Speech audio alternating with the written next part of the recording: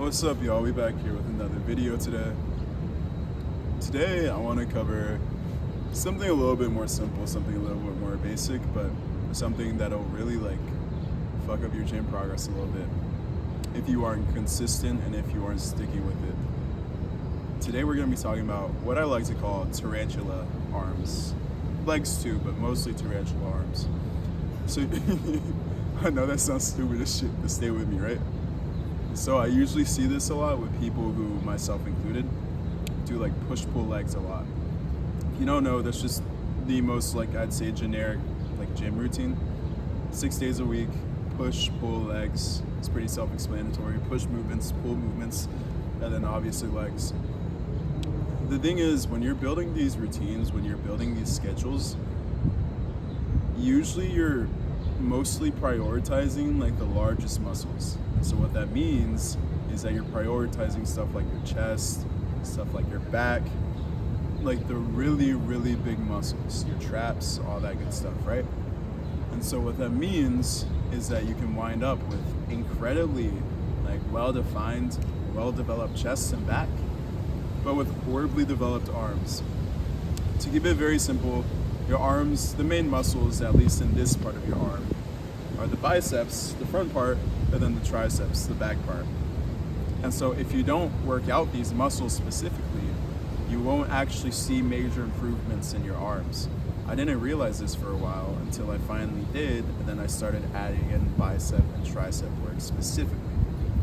So what does this look like? What does this actually mean?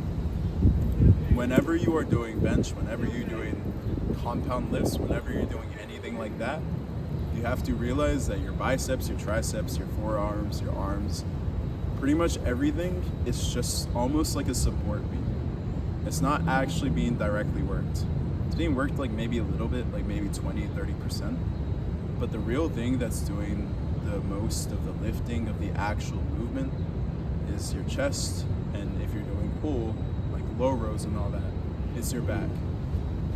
And so if you don't want a funky looking physique, or you have an incredibly well developed, let's just call it midsection or trunk, but really weird spindly little arms, then you need to make sure that you also incorporate some type of arm day, some type of shoulder day, something like that, where you're specifically training these muscles, where you're specifically training your forearms, your biceps, your triceps, all that good stuff.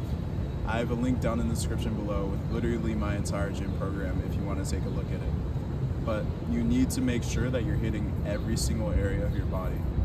Because for one, when you aren't hitting every single area, when you're neglecting specific areas or even entire parts of the body, I'm looking at y'all niggas who skip leg days.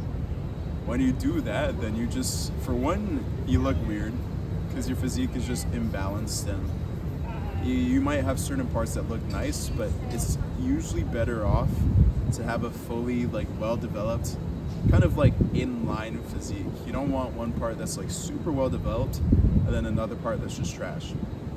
For two, it prevents imbalances and injuries. If you have too much weight on your torso, for example, from skipping leg days so much, then what happens is that you'll maybe notice this when you're trying to run. You'll get some weird type of stiffness or back pain in your lower back, because it's almost as if your torso is too heavy for your legs and for your it's just a mismatch, right? And it also helps to prevent injuries because, again, if your entire body is in line, then everything just works better together, and the entire body truly is connected. You may think that, if I do leg day, it's not going to really translate to my arms. For one, there is a small little effect of just, since your legs are such massive muscles, when you actually work them out, they increase your overall free HGH and free testosterone, which basically just helps you add more muscle.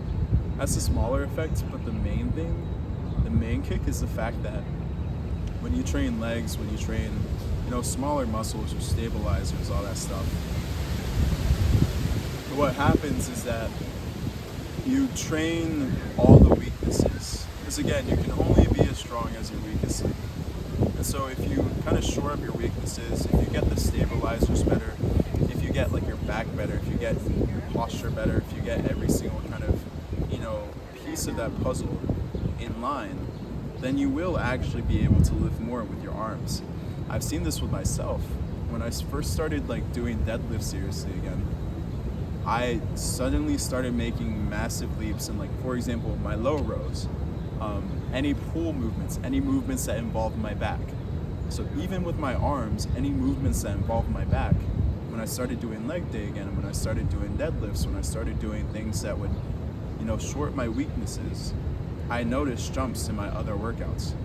Your body is truly like one kind of living machine. You can't just like neglect one part of it without it affecting other parts. That's just not how it works. So again, the original point of this video, make sure you don't have like spindly arms and legs. For legs, that's mostly like the quads, the glutes, all that stuff, calves as well. And for that, it's pretty much just like do squats, do booty builders if you want to do that, do calf raises. There's a lot of good machines for that. It's pretty simple. I'd recommend that you do calves specifically. Like, you can do them honestly 3 to 4 times a week. You don't need to go super heavy on them because obviously you don't want to like overuse them or injure them or anything.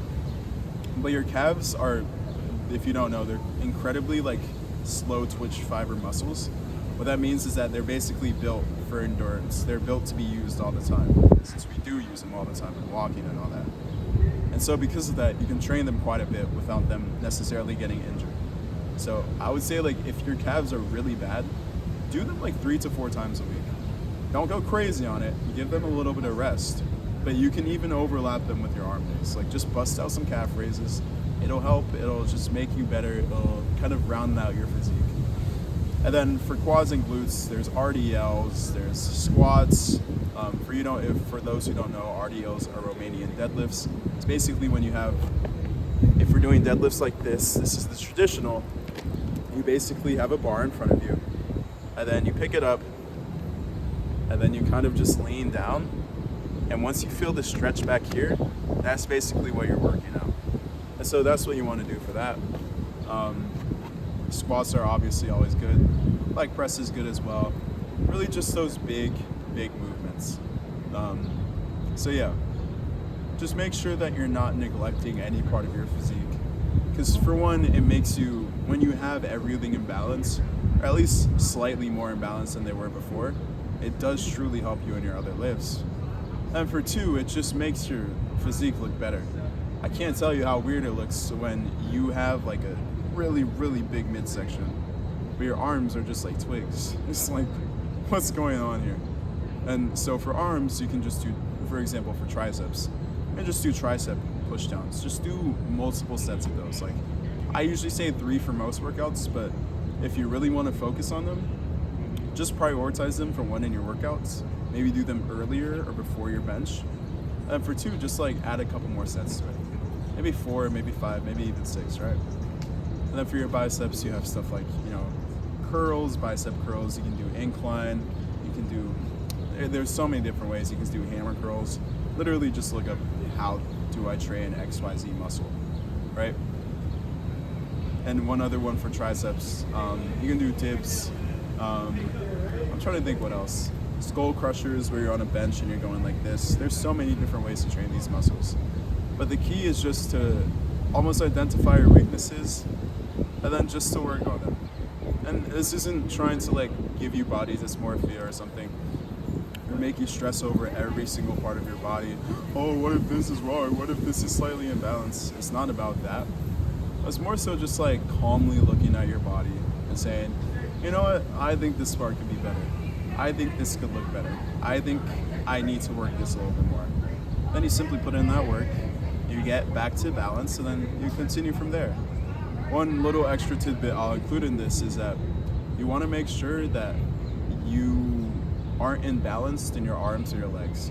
So I'll just do arms since it's the easiest, but for example, when you're benching, you may not necessarily be aware of this, but a lot of us have this like kind of weakness or strength in one particular arm, usually your dominant one. And so what that does is that it kind of takes away the training that your left arm could potentially be getting, because it's just like you're compensating for your right arm. And it leads to imbalances, and it's just, you just don't want it, right? And so there might be some imbalance. You don't need to go absolutely insane with this. But if it's like a 5 or 10 pound difference between like your right and your left arm for bench, then just separate it with dumbbells, right? Like benching with a bar, that's a unilateral movement. That basically means that it's one specific, like you're moving one thing. So if you want to work out or specifically train one part to be stronger, or to at least make it catch up to your other arm, then just literally train with dumbbells, except maybe bust out a few extra sets with your left arm. So do like the same 3 sets of dumbbells for your bench or whatever, and then just do some extra sets for your left arm until it gets better, until it gets bigger, until it gets stronger, to the point that it matches your right arm. So that's it for this video. I have my gym program down in the description below. As I mentioned before in the video, it has my entire full workout plans. It's going to get you jacked, it's going to get you looking lean, it's going to get you looking sexy. It's going to get you the body that you've always wanted, without any of the BS, without any of the complications. I promise you, I give you my word, if you follow it to a T, which I make it very easy since I literally break down everything in the most autistic detail possible. If you follow it to a T, you will get the results you want, plus more. I'm telling you, it's that simple. So click down there if you're interested. But that's it for this video. I'll see you on the next one. The only way is up. Peace.